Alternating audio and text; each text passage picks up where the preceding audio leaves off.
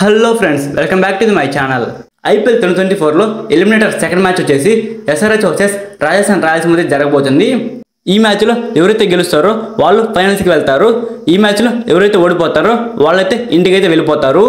ఇప్పుడైతే మనం ఈ రెండు టీంల బ్యాటింగ్ అండ్ బౌలింగ్ యొక్క బలహీనతల గురించి అయితే ఇప్పుడు మనం క్లియర్గా తెలుసుకుందాం. వీడియోని అయితే ఎన్ని వరకు చూస్తూ ఉండండి. మన మెయిన్ టాపిక్లోకి వెళ్ళే ముందు మన ఛానల్కి సంబంధించిన టెలిగ్రామ్ ఛానల్ కూడా ఉంది ఫ్రెండ్స్. మన టెలిగ్రామ్ ఛానల్లో ప్రతి ఒక్క మ్యాచ్ రిపోర్ట్తో పాటు ఎప్పుడు ఎంట్రీ తీసుకోవాలి, ఏ మ్యాచ్ మీద ఎంత అమౌంట్ వేయాలి అనేది క్లారిటీగా ఎక్స్ప్లెయిన్ చేయడం జరుగుతుంది. ఇలా గైడ్ కూడా చేయడం జరుగుతుంది. రోజు ఇలానే మనం ఐపీఎల్ మ్యాచెస్ పూర్తి అయ్యేంత వరకు అయితే ప్రొడిక్షన్స్ అయితే అందిస్తూ ఉంటాము. ఐపీఎల్ తర్వాత T20 వరల్డ్ కప్ రాబోతుంది. అన్ని మ్యాచెస్ రిపోర్ట్స్ అనేవి నేను మన టెలిగ్రామ్ ఛానల్లో పోస్ట్ చేస్తాను. మన టెలిగ్రామ్ ఛానల్ లింక్ అయితే డిస్క్రిప్షన్లో ఉంది గాయస్. డిస్క్రిప్షన్లో ఉన్న లింక్ మీద క్లిక్ చేసి మన టెలిగ్రామ్ ఛానల్ అయితే జాయిన్ అవ్వండి. మీకు ఆన్లైన్ బెట్టింగ్ యాప్ లింక్ కావాలంటే మన వాట్సాప్ నెంబర్కి అయితే మెసేజ్ చేయండి. మన వాట్సాప్ నెంబర్ అయితే కింద డిస్క్రిప్షన్లో ఇచ్చి ఉన్నాను. ఆ నెంబర్కి అయితే వాట్సాప్లో ఆన్లైన్ బెట్టింగ్ యాప్ లింక్ అని మెసేజ్ అయితే చేయండి. నేనైతే మీకు ఆన్లైన్ బెట్టింగ్ యాప్ లింక్ అయితే షేర్ చేస్తాను. ఇంకా మన మెయిన్ టాపిక్లో కనుక వచ్చినట్లయితే ముందుగా ఎస్ఆర్హెచ్ బ్యాటింగ్ విషయానికి వస్తే ఎస్ఆర్హెచ్ ఓపెనర్ అయినటువంటి ట్రావిస్ హెడ్ గత 2 మ్యాచ్ల నుంచి కూడా లెఫ్ట్ హ్యాండ్ బౌలర్స్ వేసినటువంటి ఇన్స్వింగ్ బాల్కి అయితే అవుట్ అవుతూ వస్తున్నాడు. అదే తప్పు కనుక ఈ మ్యాచ్లో కూడా ట్రావిస్ హెడ్ చేస్తే ఎస్ఆర్హెచ్ టీం అనేది కష్టాల్లోకి అయితే వెళ్ళిపోతుంది. అలా కాకుండా Travis head and Abhishek Sharma కలిసి మంచి ఓపెనింగ్ కనుక ఇస్తే భారీ స్కోర్ వచ్చే అవకాశాలు అయితే మెరుగ్గా ఉన్నవి. మన ఎస్ఆర్హెచ్ ఓపెనర్స్ ఎప్పుడైతే వికెట్స్ పడడం స్టార్ట్ అవుతుందో మిడిల్ ఆర్డర్స్లో స్టాండర్డ్ అయితే ఇవ్వలేకపోతున్నారు అనమాట. మిడిల్ ఆర్డర్ బ్యాటర్స్ అయినటువంటి Aiden Markram, Heinrich Klaasen, Nitish Kumar Reddy, Rahul Tripathi ఈ నలుగురు కనుక ఈ మ్యాచ్లో ఒక బెటర్ నాక్ కనుక ఆడగలిగితే ఎస్ఆర్హెచ్ టీం అయితే ఈ మ్యాచ్లో ఈజీగా గెలవగలదు.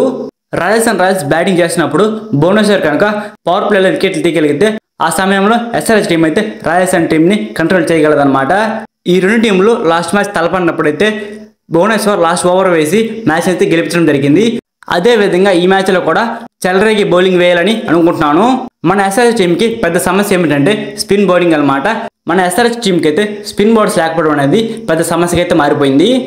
ఆర్ఆర్ బ్యాట్స్మెన్స్ని మన బౌలర్స్ ఏ విధంగా కట్టడి చేస్తారనేది చూడాలి ఈ మ్యాచ్లో అయితే. అండ్ రాజస్థాన్ రాయల్స్ యొక్క బ్యాటింగ్ విషయానికి వస్తే జాస్ బట్లర్ అయితే ఈ మ్యాచ్లో లేడనమాట. జాస్ బట్లర్ లేకపోవడం అనేది మన హైదరాబాద్ టీంకి అయితే పెద్ద ప్లస్ పాయింట్గా అయితే మారిపోయింది. రాజస్థాన్ రాయల్స్ టీంలో అయితే జైస్వాల్ అయితే మంచి ఫామ్లో అయితే ఉన్నాడు. జైస్వాల్ వికెట్ని కనుక సన్ రైజ్ హైదరాబాద్ టీం కనుక తీయగలిగితే స్టార్టింగ్లో కొంచెం ప్రెజర్ అయితే బిల్డ్ చేయొచ్చు.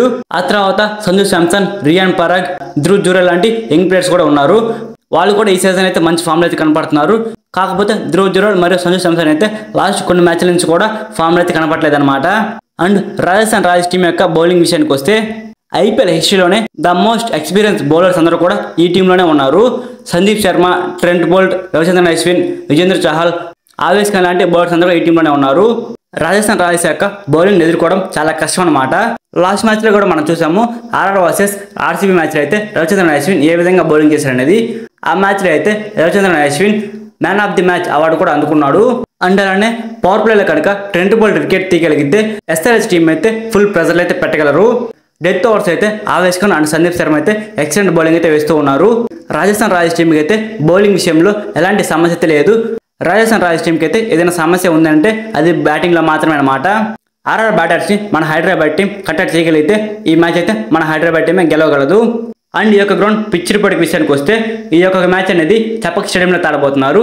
ఈ యొక్క గ్రౌండ్లో ఇప్పటివరకు అయితే 82 మ్యాచ్లు ఆడి ఉన్నారు. ఈ యొక్క గ్రౌండ్లో మొదట ఎవరైతే బ్యాటింగ్ చేస్తారో వాళ్ళైతే 57% గెలుచున్నారు. అండ్ మొదట ఎవరైతే బౌలింగ్ చేస్తారో వాళ్ళైతే 41% గెలుచున్నారు. మ్యాక్సిమం మొదట ఎవరైతే బ్యాటింగ్ చేస్తారో వాళ్ళకే గెలిచే అవకాశాలు అయితే మెరుగ్గా ఉన్నవి. అంటే మొత్తం కూడా టాస్ మీద డిపెండ్ అయి ఉంటుంది అనమాట. అండ్ ఈ యొక్క గ్రౌండ్ అనేది పేస్ బౌలర్స్కి 75% వికెట్స్ పడే అవకాశాలు ఉన్నవి. అండ్ స్పిన్ బౌలర్స్కి 25% వికెట్స్ పడే అవకాశాలు ఉన్నవి. మ్యాక్సిమం యొక్క పిచ్ అనేది పేస్ బౌలర్స్కి అనుకూలంగా ఉంటుంది. మా యొక్క ప్రొడిక్షన్ ప్రకారం అయితే ఈ మ్యాచ్లో ఏ టీం గెలుస్తుందని అనుకుంటానంటే నేనైతే మన హైదరాబాద్ టీం అయితే గెలుస్తుందని అనుకుంటున్నాను. ఇది జస్ట్ నా అనలైజ్ మాత్రం అనమాట. నేనైతే తప్పకుండా ఇదే టీం గెలుస్తుందని చెప్పలేను. మన టెలిగ్రామ్ ఛానల్ అయితే ఏ టీం గెలుస్తుందని చెప్పేసి పోస్ట్ అయితే చేస్తాను. మన టెలిగ్రామ్ ఛానల్ కనుక మీరు ఇంకా ఫాలో అవ్వకపోయింటే మన టెలిగ్రామ్ ఛానల్ లింక్ అయితే కింద డిస్క్రిప్షన్ ఇచ్చున్నాను. వెళ్ళి వెంటనే క్లిక్ చేసి మన టెలిగ్రామ్ ఛానల్ అయితే జాయిన్ అవ్వండి. మీరు ఈ మ్యాచ్లో ఏ టీం గెలుస్తుందని అనుకుంటున్నారో కింద కామెంట్ చేయండి. అండ్ ఇంకా రాబోయే మ్యాచ్ యొక్క ప్రెడిక్షన్స్ గురించి మీరు తెలుసుకోవాలంటే మన ఛానల్ని సబ్స్క్రైబ్ చేసుకొని పక్కన బెల్ సింబల్ పెట్టుకోండి. Thanks for watching my video. Have a nice day guys.